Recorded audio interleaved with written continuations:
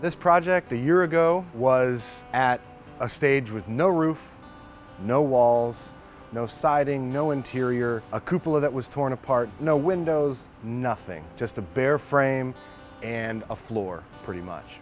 As I started to tear into the project and wood just kept coming off and falling and I found more rotted wood, I realized the scope of the project was never out of my reach, but it was going to be a much bigger project than I had anticipated. The last time you saw this project, where we're standing was literally a bare frame, no interior, no exterior. And these boards that you see now with a beautiful coat of paint on them, those are what the Buy a Board campaign did. And all of the family's names are on the opposite side. We did not paint over them. So in 150 years, when this car is rebuilt again, that'll be that time capsule that we talked about. We were able to reuse some of the old window sills. Every sill and top sill is original to the car. All the brake rigging, brake system, everything has been completely rebuilt. No leakage. When we took it out on our trip, held 90 pounds right on the dial. So I'm very fortunate to have this, not only a beautiful car, but a safe, operable car. Moving on to the roof, I think that this project, in the whole entire scope, was one of the things that I was maybe dreading the most, just because I knew how rotted everything was originally.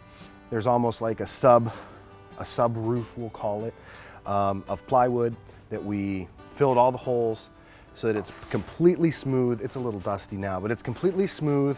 And if you look, every 2 inches or so, it's tacked. This rubber roof, was a donation from one of our society members. Other than siding and the structure on the sides, the cupola is 100% still original. There's flashing all the way through here in 2 layers of it so that it will wick water away from the name board so that it won't get up under the board, under the siding boards. Again, everything that we've kind of been thinking about has been to prevent what happened to it 50 years in the park. One of the most impressive steps in this restoration was the rebuilding of these porches and the roof overhang. We have this ladder that goes all the way up to the walkway extension. All of this hardware was cleaned, repainted, brand new end beams that have been milled, sanded, shaped so that they match on both ends. One of the things that we found on both ends of the car, the end beams were not the same. So we have matching end beams, a working handbrake, all of the hardware, true to Wabash. The yellow, anywhere that you would grab is all yellow, along with step boxes, that are completely rebuilt. The Wabash had what they call boxcar brown, which is a very, as you can see, very brown red color.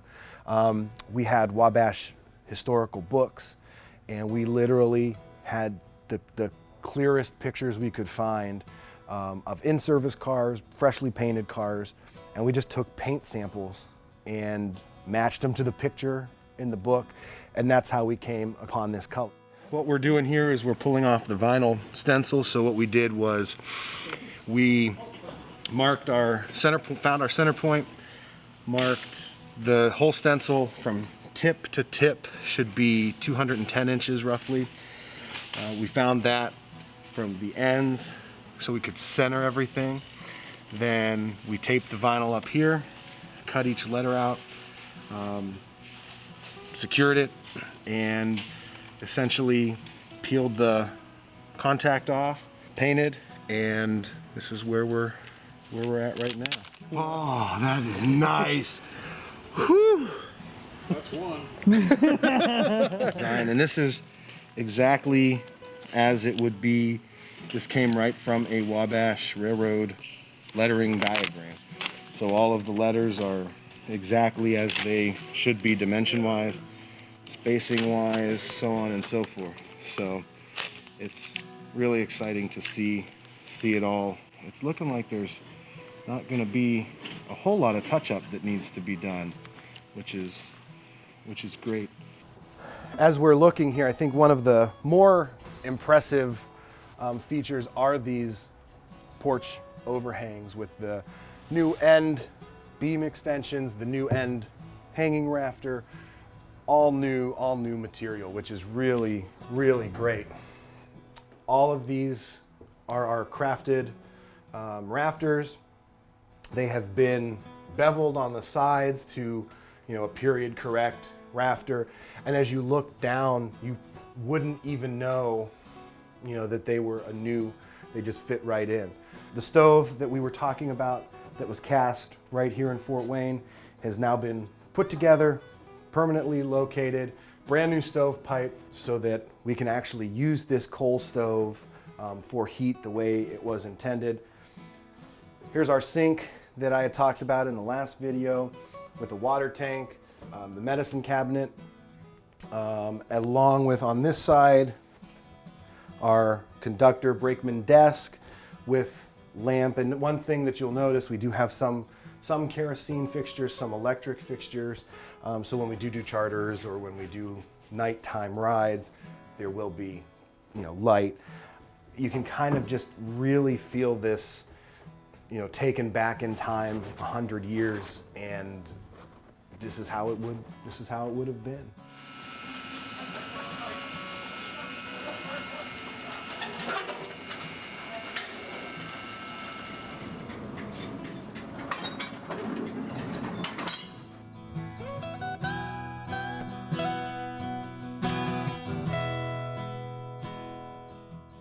I think one of the things that I'm most excited about is Christmas time, seeing a family in this car with the lights dimmed, fire in the stove, Santa at the desk, and seeing them enjoy the car how it should be enjoyed.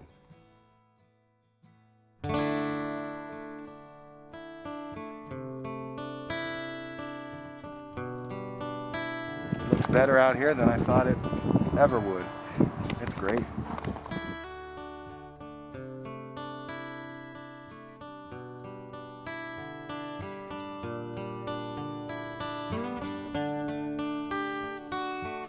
This project has really quickly seen a lot of progress, and that is all due to volunteers.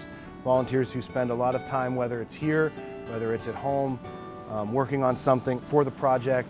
We're able to have this beautiful car all because of volunteers.